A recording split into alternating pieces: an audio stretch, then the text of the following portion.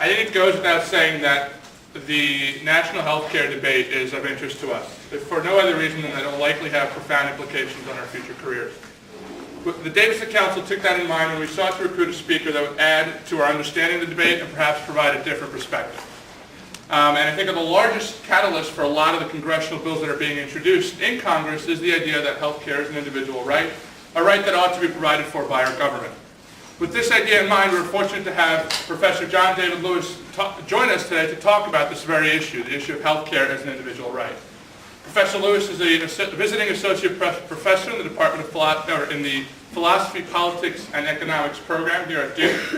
He received his PhD in 2001 from the University of Cambridge in classical studies, and has more recently joined the healthcare debate, first appearing in both local and national radio and television broadcasts, including Fox Business, and an interview with BBC aired on NPR radio.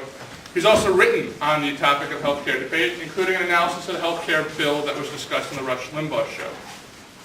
Outside healthcare, he's also an Anthem Fellow for Objectivist Scholarship and a contributing editor to the Objective Standard and a writer for Capitalism magazine. His books include The Solon the Thinker, Political Thoughts in Archaic Athens, and Early Greek Lawgivers. He also has a forthcoming book, Nothing Less Than Victory, Decisive Wars and Lessons of History, coming out in 2010. Without much further ado, please join me in welcoming Professor Lewis to Duke Med.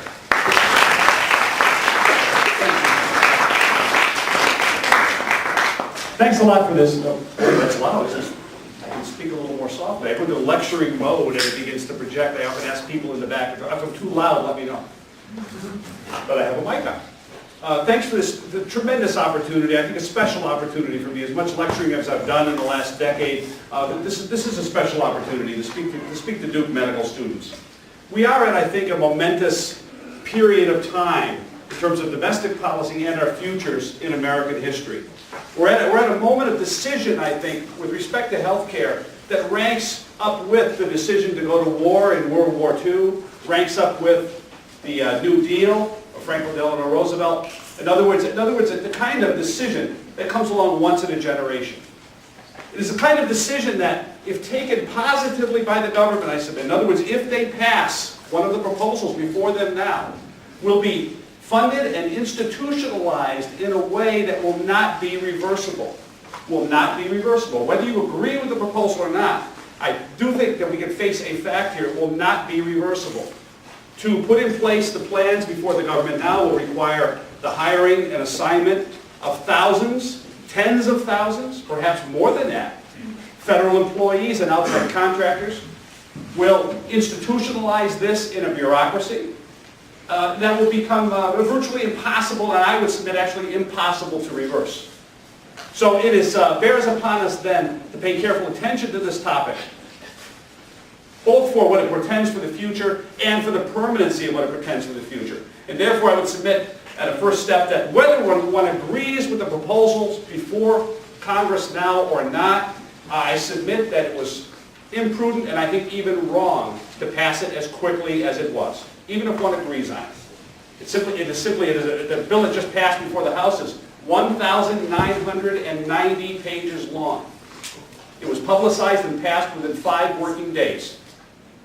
And so I will ask you whether it was possible for anyone to have read that bill and to actually understood it.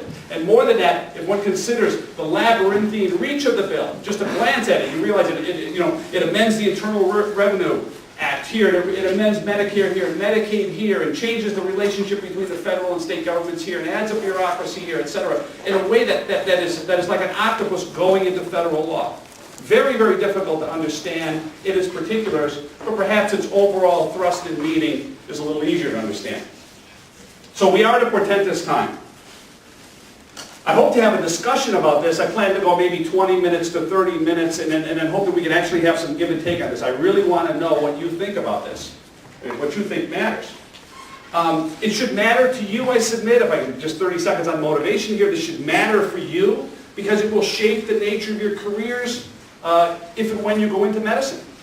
People ask me what's going to happen in the future for the practice of medicine, and I say, well, if you're talking about the technological actually interaction with patients and what medicine does, I don't know. I'm not a medical professional. I would never stand as anything close to such. But if you ask me politically, how are you going to be able to practice?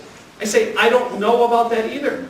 Because the power that is being considered in Washington now is an arbitrary power in the hands of the government that we simply can't, meaning us here and us individually, we simply cannot control. We don't know what they're going to do. I don't know how you're going to be allowed to practice 5 years, 10 years, 20 years, 40 years from now.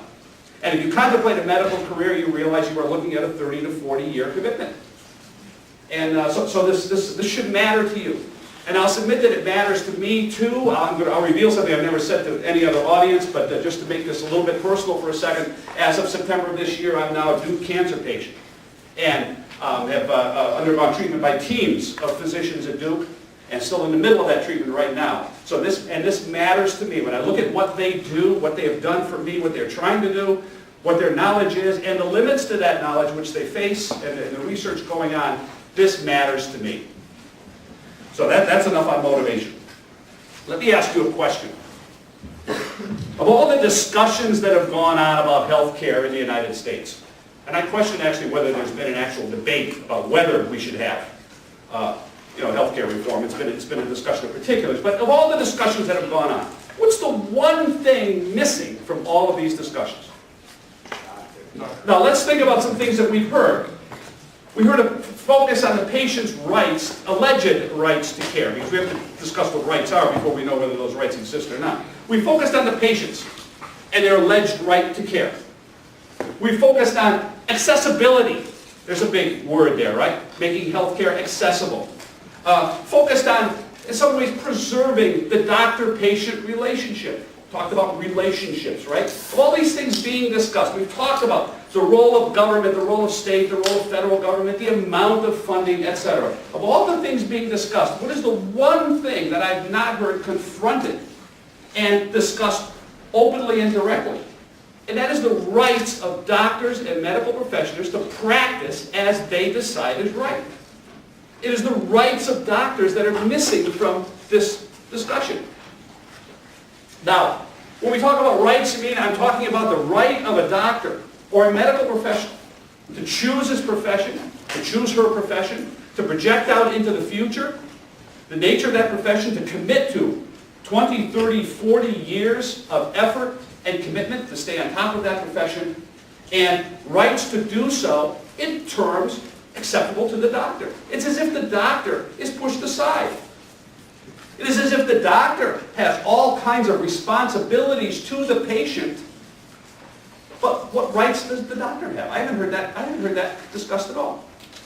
Not in any serious way. By a few people, yes, but very, very few. This is what I think is missing. The rights of doctors to practice as they wish. And that is what I want to reintroduce into this debate. I think that the idea of a right to health care for patients comes down to the imposition of a responsibility and a duty onto the doctor to provide the care as the patients decide. And I challenge that whole premise. I challenge that whole idea. I think it is wrong to say that because someone sets out on the journey, the effort, the thought, and the journey to pursue a career in medicine, that therefore having made that decision and having succeeded at it, therefore they are now saddled with duties and responsibilities to others, and their own rights are pushed aside. I think it should be exactly the opposite in this debate. I think you should be confronting what are the rights of doctors, what are the rights of medical professionals, and according to the founding documents of the United States, to identify, preserve, and defend those rights. So, the way I'm actually putting this forward is to say any proper reform of health care must identify and defend the rights of doctors to practice as they decide. Now there's several, this needs to be unpacked a little bit here, so what I mean by things. First off, when I say doctors, I'm meaning medical professionals. I want to put it up as a sentence, but I mean medical professionals. I also do not mean that doctors have any special rights. I'm not proposing that legislation should uphold the rights of doctors, because I don't think any legislation should ever identify the rights of any particular group. Doctors have the same rights